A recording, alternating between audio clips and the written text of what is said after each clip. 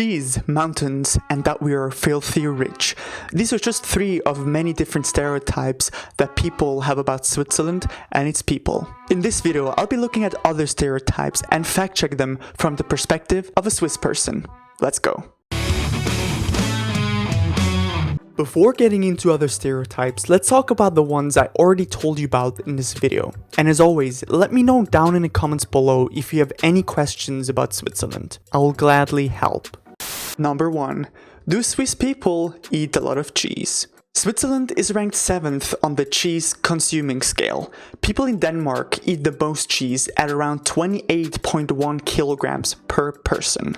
Right behind Denmark are Iceland, Finland, France, Cyprus, and Germany. The Swiss consume around 22.2 kilograms of cheese per citizen per year. To be ranked 7th out of all the world's countries, you could say this stereotype is true. People living in the United States of America consume around 16.8 kilograms per year. Number 2. Does Switzerland have a lot of mountains? Switzerland lays in the mountain region called Alps. This region goes from around Nice, France, all the way to the center of Austria. More than half of the Swiss territory lays within those Alps. But how many mountains does Switzerland have? Well, this question is not easy to answer, because what exactly counts as a mountain? There is a list of all the Swiss mountain peaks, and it currently holds around 8,900 peaks. But that number just feels surreal because they counted every tiny peak, and not every peak is a mountain itself. But let's get not into this topic too much, and let's just say there are a lot of mountains.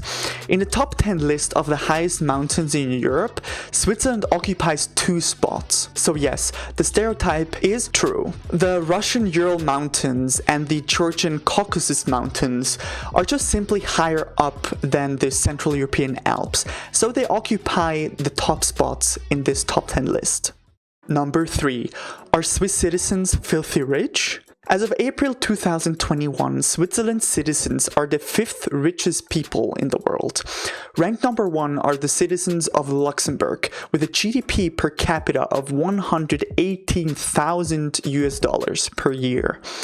Ranked after Luxembourg are Singapore, Ireland, and Qatar. The Swiss have an average GDP of around $73,000 per year. No Swiss citizen has to starve, and everyone gets a good basic education. Even though we earn a lot of money, our products and services also cost more than in other countries. There are many people in Switzerland who earn a filthy amount of money, but most of us don't. So no, not everyone is filthy rich, and this stereotype is not true. Now that I've talked about the 3 stereotypes from before the intro, let's look at some other stereotypes I can find online. Alright, first we're gonna look at this video, 25 crazy facts you never knew about Switzerland by AlphaPaw. Go check out his channel. Let's start with the video. You probably wouldn't have thought this, but Switzerland has some of the most liberal gun laws of any country. 2.3 to 4.5 million guns in a population of 8 million. True, it's actually true. I wouldn't say that the gun laws are super liberal. I mean, they are. You can just like go shoot somewhere if you have a gun, and if you want to buy a gun, you have to request kind of a gun ownership, like in many other countries as well. And it's not too bad. If your criminal record is empty, you can get a gun for sure. You will get the permit. It also has one of the lowest crime rates in the world. True as well. Even though we have a lot of guns, it's true that we have a very low rate of crime. I'm sure there are a lot of reasons for this. Foreigners account for 23% of those 8 million people. True. People always think that Switzerland is like against foreigners or something like this, and the national left politics that we have here, they're also saying that Switzerland is so racist and all of this, but there are so many people from other countries here, and even like my family and most families that I know have some origins from another country. And so, I mean, 23%, that's like almost a quarter of people are foreigners, and it works. The system works here. Switzerland isn't all mountains. In the south, there are actually palm trees around Lake Lugano. True. Switzerland is not just mountains. There are three different regional zones in Switzerland. So in the very northwest of the country, you have the Jura, which is like a plateau. Then you have the mountains in the south. And then you have like the plateau, like the Swiss plateau, you could call it, which is like home to most of the people. And also to the biggest cities like Bern, Geneva, Zurich, all of those cities. Switzerland actually has 4 national languages: German, French, Italian, and Romansh. True. I've talked about this in my last video. If you haven't seen that video yet, you should probably check it out. It's about the top 10 things you should know when traveling to Switzerland. And that was one of the points there. You can see here, mostly in the west, it's French speaking, and northeast kind of thing is more German. So yeah. Chocolate really is a major export. Very true, very true. Not only do we export the chocolate from here, but we also have chocolate factories in other countries producing the chocolate for this country. For example, the very famous brand Lindt has factories in Germany, for example, where they produce chocolate for Germany. The quality is not as good as the Swiss-made chocolate. And I have to say again that Lindt is maybe not the best chocolate there is. There are many different other brands which are even tastier. And I think what is also very cool is that when you travel with the Swiss airline that we have, when leaving the plane, you usually get like a little chocolate like it's shown in this picture, and they're pretty tasty. In case of a nuclear war, the Swiss have bunkers capable of housing their entire population. The thing is, it used to be true. I think now that we're over like almost 9 million people, it's not the case anymore. It used to be the case during the Cold War when the US and Russia had this whole thing going on. Back then, you had to build an emergency shelter with every building that you built, like a school, with a mall, or just different houses. You had to build an emergency shelter. Nowadays, it's not very true anymore. And a lot of those shelters are being sold to like private investors to make, I don't know, cool stuff out of them, like bars and stuff like this. But I would be surprised if this was still true. Back on the topic of chocolate, the Swiss have actually created edible chocolate gold. I didn't know that the Swiss made that, but what you see in the back is not the chocolate you can eat. This thing in the back is like a chocolate coin, and it's just like some wrap, I would say, like aluminium wrap that you can take off, and it's like a chocolate coin inside. But I used to really like those when I was a child. Swiss speeding fines are actually adjusted for your income. Recently, a man speeding in a Ferrari was fined $250,000 because he nearly made $1 million per year. The thing is that this is not something that counts generally. For example, when I get a fine or like a speeding ticket, it's not adjusted to my income, and for most people it doesn't. It is possible that you have to pay a lot of money if you earn a lot, but for most people, like general middle class earners, they don't have to pay the tickets in like a proportionate thing. But it does exist actually. The Swiss have one of the only nations in the world with a direct democracy. This means that any citizen can challenge any law and propose modifications to the constitution. This is true, but you have to take into account that you cannot just say like, oh, I want this and this changed. Like, I'm the only one wanting this, and then it starts some kind of machinery, but you have to bring a certain amount of signatures. I mean, you can do something alone, but if it's just you having this opinion, it's not going to take place. In 2010, the average teacher salary was $120,000. True. Teachers earn a lot of money. It didn't used to be like this always. I think education in Switzerland is very important. And so even if you're just a normal taxpayer and you can put your kids to a public school, they're gonna get a very good general education. A few years back, there was this problem that there were not enough teachers, so they started raising the salary, and now it's just up so high. I know a few people actually who have a different job right now and are slowly getting into teaching because it pays a lot and it's kind of a fulfilling work. It's a very high salary, I agree. It's also a tough work because you have a lot of responsibility towards the kids, I would say. This fact is true. In Bern, there is a 500-year-old statue of a man eating a bag of babies. Nobody knows why. Yeah, that's true. I didn't know that no one knows why, but there is this. And it gives me chills thinking about this guy just randomly eating babies. So it's true, yeah. Alright, I found another video here by Watson, How to Annoy the Swiss, and we're gonna look at if those stereotypes are true from my perspective, a Swiss citizen, so let's get started. The Swiss are neutral. This means you can't go to war with them. You can, however, slightly annoy them. And here's how. Wish them happy birthday before their birthday. Oh, your birthday's tomorrow. Hey, happy birthday. This is bad luck in Switzerland. True. We don't really like that. I mean, I don't mind if someone congratulates me 3, 5, 10 days after my birthday, but the day before is like just bad luck. I don't know where that comes from. Answer the phone with hello instead of your last name. Hello? Most people in Switzerland answer the phone by immediately saying their last name. If you say hello instead, this will slightly confuse whoever's calling. True. It's so true. Like, I'm calling someone, and sometimes I might call the wrong person, or I maybe dial the wrong number, and then someone says hello, and then I'm like, hello, who's there? Like, yeah.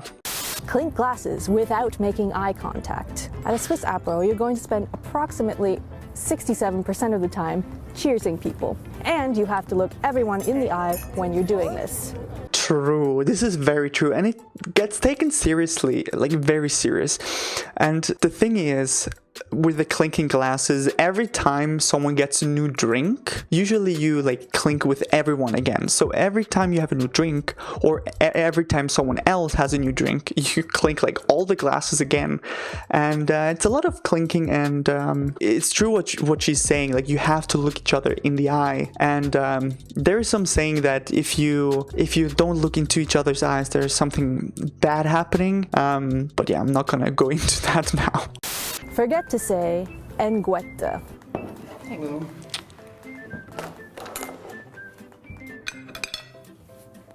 True, very true. So usually my office, when it's time-wise around 11:45 a.m. until around 1:30 p.m., everyone you meet, even if they're not going to eat, or if they come back from eating, you say "enguetta," which is like "bon appétit," which is like "enjoy your meal." If you don't say that, it's just weird. And even though like you might not have food with you in your hand, or they clearly see that you've already ate, we still say "bon appétit," like "enguetta."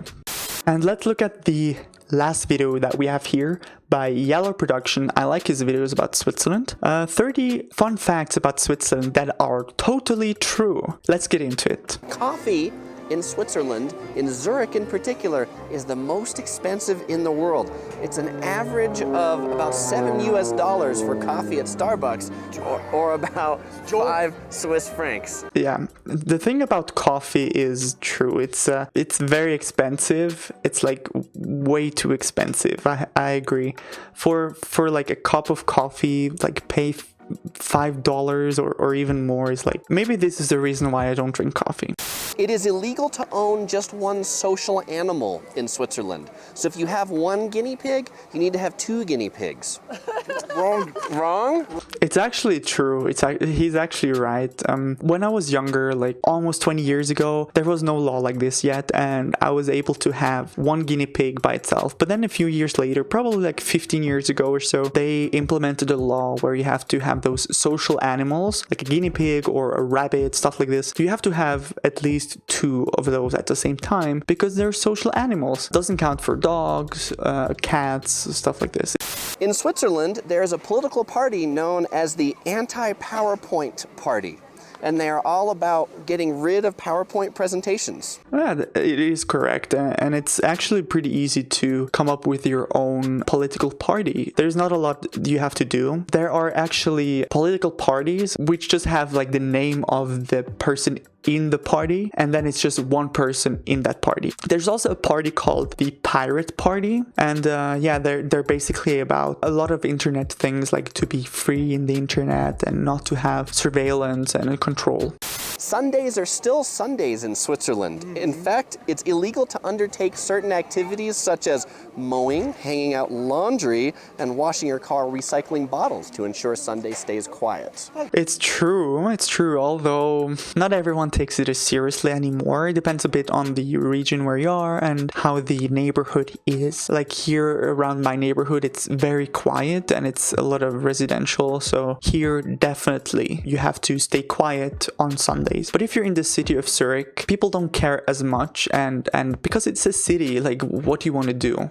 Switzerland is rigged to blow. Over 3,000 strategic points are rigged to explode and blow up in the case of emergency if they're being invaded. That is kind of true, or we're not entirely sure, but going back many years, like Cold War and so on, they used to be filled with like explosives, but we're not entirely sure if it's still true. I guess it would be too dangerous, and that's why they took them out, most likely. But, well, friends and my family and so on, we've talked about this topic, and we think that in case of an emergency, they would be able to fill up those bridges quickly again, so they could blow them up again.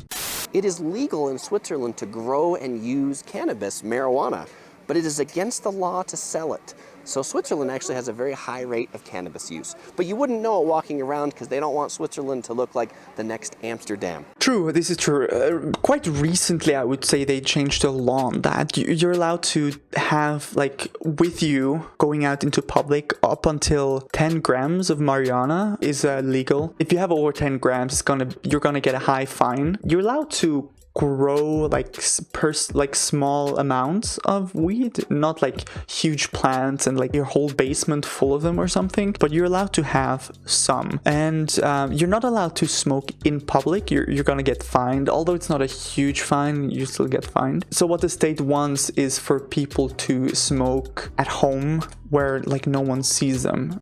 It is illegal to deny the Holocaust. It's actually a law in Switzerland that prevents the government from denying the Holocaust existed. True, and I guess it's important to have this because, you know, history shouldn't be forgotten. Alright, those are enough stereotypes for today. I hope you enjoyed this video. If you did, please leave a like, and also consider subscribing to this channel. It's free and you can always change your mind after. I hope you have an amazing day, and bye bye.